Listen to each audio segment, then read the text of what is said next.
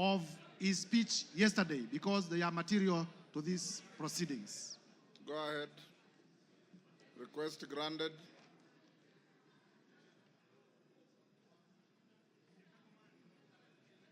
Mr. Speaker, I have tabled the two documents, electronic and physical, because during the course of this debate, members in many instances had referred to them, and therefore it is only fair that they are part of the record. Number two, Mr. Speaker, allow me to thank... The documents were available to me earlier, and I ruled that they are admitted. Thank you, Mr. Speaker. Yes.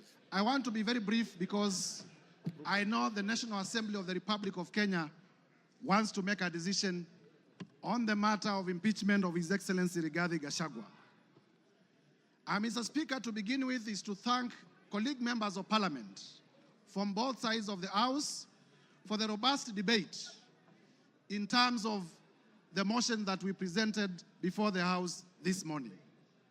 Mr. Speaker, I also want to thank Kenyans in their millions from all over the Republic, because in the course of this debate, Kenyans have been commending, Kenyans have been exercising their democratic right through public participation, through their right to odd opinions, and we have not witnessed a single incident of violence anywhere in the Republic. There had been vitisho that if you table an impeachment motion for a person of the magnitude of the Deputy President, there may be violence, people will lose lives. But I thank Kenyans because Kenyans have proven once again that we are a peaceful country and we are able to engage in our democratic processes without violence. Mr. Speaker, allow me to re-examine some of the few issues that have come through the response. First is to let Kenyans know that His Excellency Rigathi Gachagua has filed a response of 501 pages, and the response has come at 4 p.m., and I was only able to be given the response about an hour ago. And therefore, in terms of the doctrine of equality of arms, I feel that I needed adequate time so that I may be able, during my reply, to respond to some of the things that he has raised in his response. However, be that as it may, I want to refer members to page 99 of his response. In the morning, I did tell members that His Excellency Rigathi Gachagua has acquired properties through corruption and through money laundering. And when he has come before this House, he has told you that the hotel that he acquired in Nyeri was acquired through a loan. However, the only document exhibited as evidence of that loan is a letter of offer from Credit Bank Limited. There is no evidence exhibited by Mr. Rigathi Gachagua, the current Deputy President, to the effect that the loan was actually finalized, to the effect that he actually got the loan. Mr. Speaker, as a term of the letter of offer, in terms of lien and set-off, and I read, a lien and set-off of a fixed deposits of LN Crystal Kenya Limited for an aggregate amount of 300 million Kenya shillings. Interest accrued shall be credited to your deposit settlement account. Mr. Speaker, in simple terms, what this means is that Mr. Rigathi Gachagua had a fixed amount in cash of 300 million in his account, which was going to be used as a security. I asked Mr. Rigathi Gachagua to tell us where he had gotten these 300 million if my allegations that he's laundering money are not true.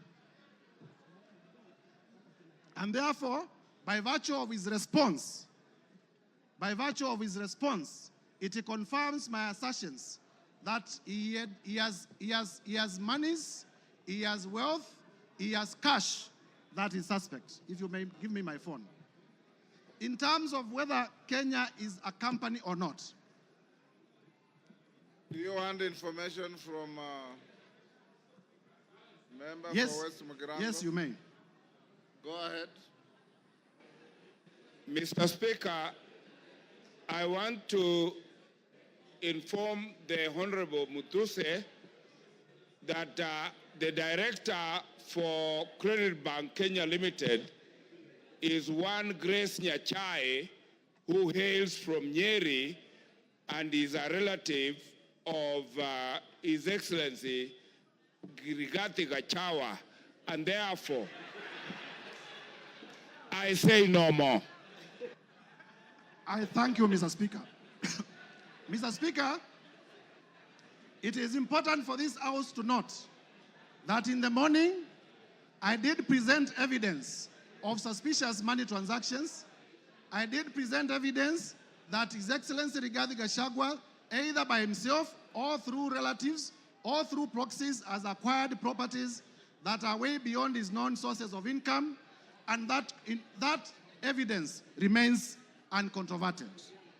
Turning, Mr. Speaker, to the issue of whether Kenya is a company owned by shareholders. Mr. Rigathi Gachagua is playing with the intelligence of members of parliament and with the intelligence of Kenyans by attempting to twist facts. First, in terms of the law, companies are registered under the Companies Act. They are not registered under the Political Parties Act.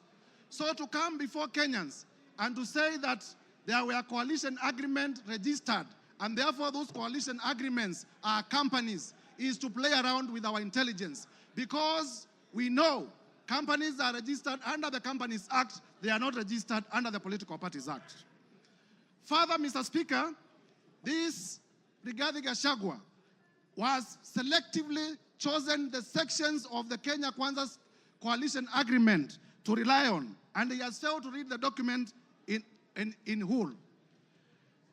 Under clause 20 of the Kenya Kwanza coalition agreement, that clause provides as follows: that there is need to achieve an inclusive government that reflects the face of Kenya.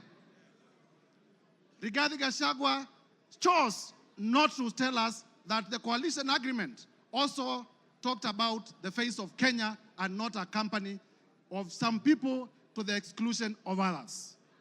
Clause 6 of the Kenya Kwanza coalition agreement provides for respect for constitutionalism. The articles of the Constitution that I stated. It provides for respect to the rule of law. It provides for respect to the national values and principles of government under Article 10. And it provides for respect to devolution. Mr. Rigathi Gachagua did not tell us that. Clause 22G of the coalition agreement among the Kenya Kwanza political parties provides that there will be adjustments that may be necessary to accommodate the development priorities of other parts of the country to ensure equitable distribution of Kenya's national resources and wealth for the benefit of every citizen and every part of Kenya. This Mr. Rigathi Gachagua could not tell you because it was going to destroy his case. And therefore, honorable members, I urge you to find that Mr. Rigathi Gachagua, in his assertions about shareholding and a company, it was not in reference to political parties, it was in reference to regions, it was in reference to communities, and the evidence that we provided remains uncontroverted, and this ground must be confirmed. Mr. Speaker, on the issue of KEMSA, again, to show a man who is a flip-flop, yesterday on live television, Honorable Rigathi Gachagua admitted that he personally called Dr. Andrew Mulwa by his own phone yesterday on television. Today, appearing before us, he denies that he did not call him. So, which part of his testimony do we believe?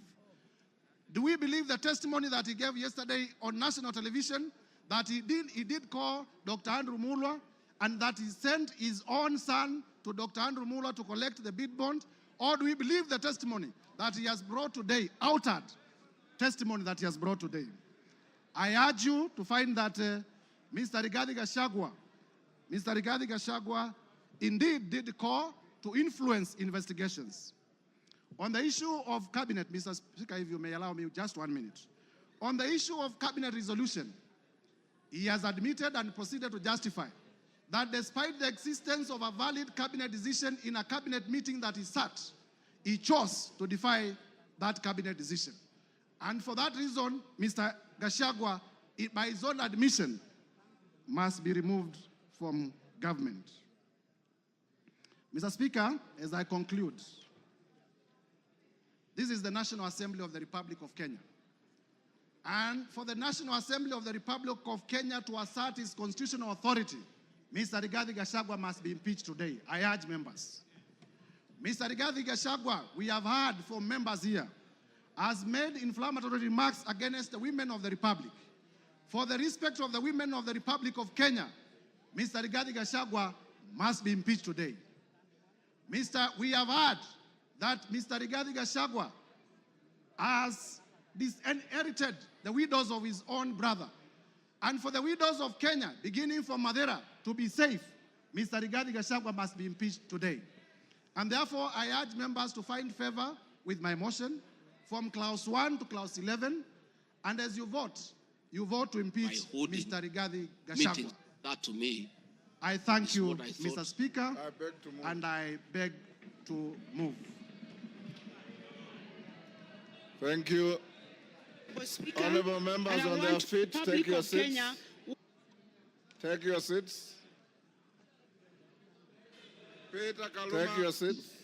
or it is just the nature. Brighton, take your seats. Today you are very mobile.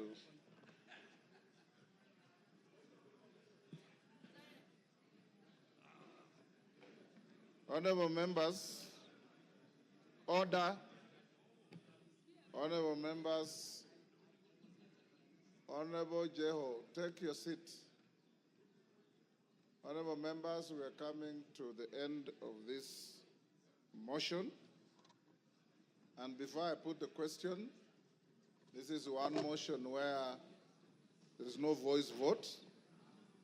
We'll go straight into division so that no eyes have it at the putting of the question. The House Business Committee yesterday deliberated on the manner of voting, and it was unanimously agreed that there will be a roll call vote.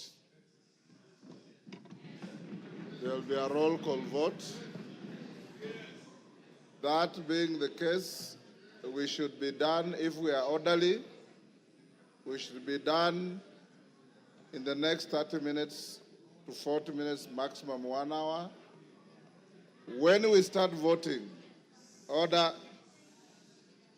When we start voting, I'll instruct the clerk and the teller, having conducted yourselves exemplarily well, any member